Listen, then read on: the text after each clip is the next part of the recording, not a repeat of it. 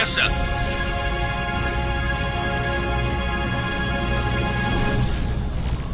Emergency. Hull integrity is critical. Warning. Ship is being evacuated. Warning. Our squadrons are under attack.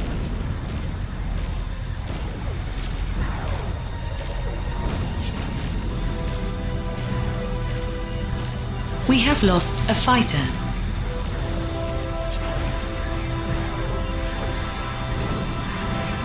Sir, the Balthazar has taken a serious hit. I hope...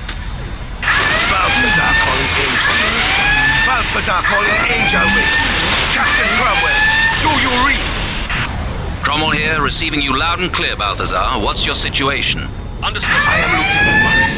We have sustained serious damage, sir.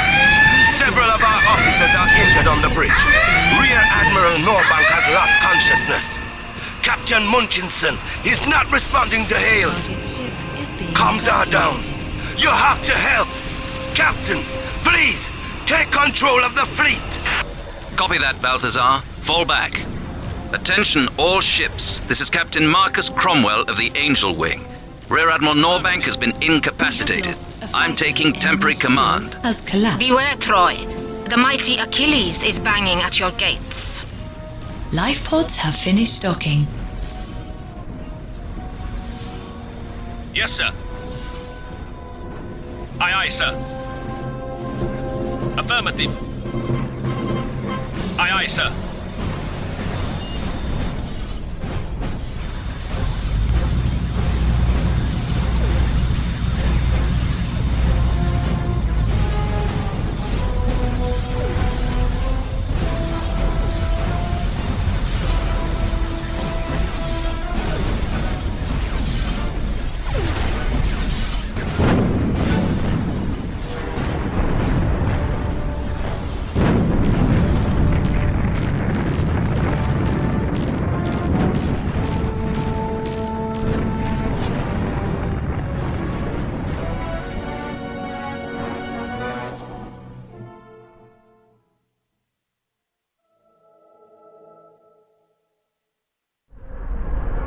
The Black Moon is no longer the focus of my dreams.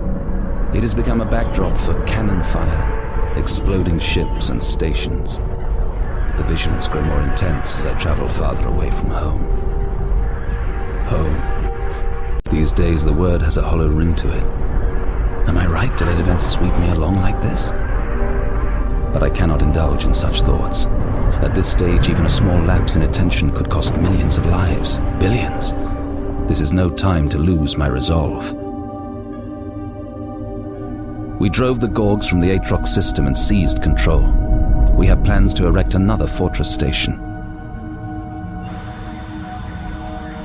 If ceasefire negotiations prove fruitful, we may usher in a more lasting peace with the reigning clan. Unfortunately, this will not guarantee complete stability. The Vardrags have warned us that the Gorgs are far from unified when it comes to political matters.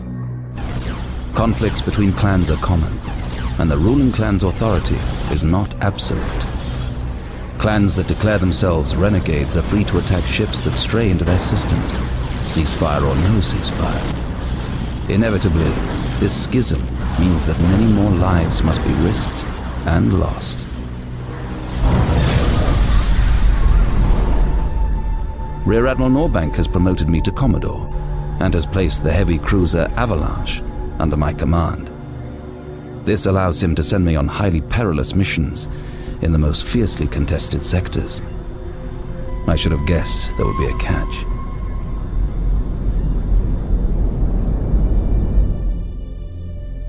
Working with Commander Sweetwater and the Ghosts, we operate as a quick response unit. Our duty is to support reconnaissance missions, protecting the Ghosts, and reacting to incidents on the bloody and mutinous frontier. The importance of our role is matched only by the phenomenal risks involved. I can only hope that Angel is correct, and that somehow our actions will prove to be steps on the path to our ultimate goal, the liberation of Earth.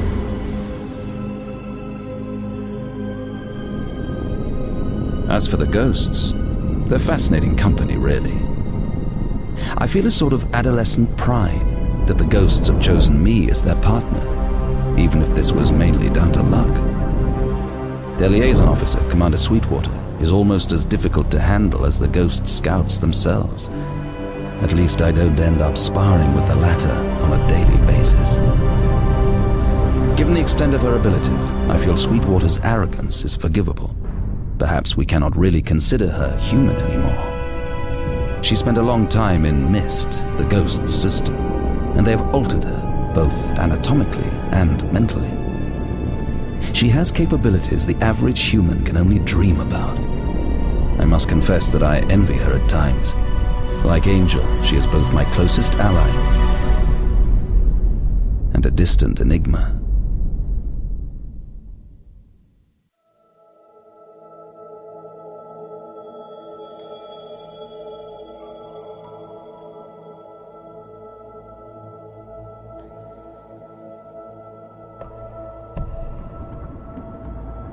Vacation is over, Commodore.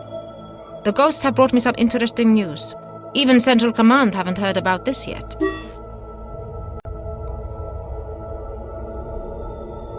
Our scouts have encountered an inactive mechanoid within Ragra territory. It's floating among the asteroids as if dead. We have never seen anything like this before.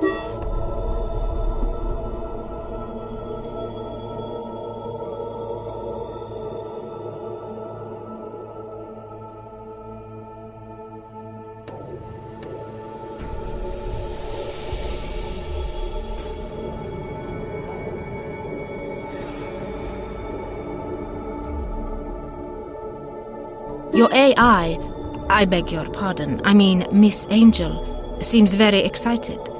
She believes we should take a closer look at this anomaly. And I agree. We ought to find out what happened to it, and how it ended up out of action. I'm sure you're aware how valuable this discovery may turn out to be.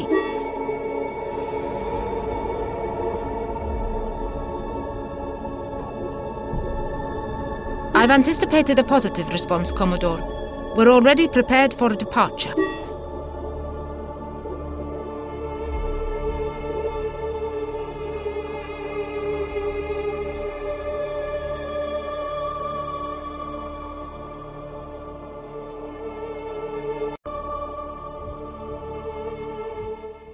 Sir, the recon data was accurate. There is a mechanoid at the coordinates given. What did you expect? A line of go-go dancers? The Scouts' talent for retrieving sensitive information without being detected is unrivaled. We have nothing but the greatest respect for them. The only unexpected thing here is that I was the first to be told about such an important discovery. You weren't the first, Commander. I was. Of course, but I understand that Rear Admiral Norbank has yet to hear of this. That's my understanding, too. Well, whoever knows about it, I owe you my thanks, Commander. You don't owe me a thing, Commodore. If you happen to benefit from something I say, that's just a coincidence. If you're so desperate to show your gratitude, you can start by replacing the pastel pink sheets in my cabin. You're right. I'm sure they clash with your eyeshadow. Calling all ships. Do not open fire on the mechanoid under any circumstances. I repeat, under no circumstances should you fire at the mechanoid. If it decides to wake up, we're all dead. Copy that, sir. Copy that, Commodore. We are not opening fire. Its energy level is so low that a few shots probably won't recharge it to a critical level, but that's not a theory I want to test. The use of the data scanner should be well within acceptable parameters. If we leave it behind, I calculate it will take approximately 16 months to gather sufficient sunlight to reactivate itself. Using the scanner will reduce its recharge time to 5.5 months. How did it get to this state?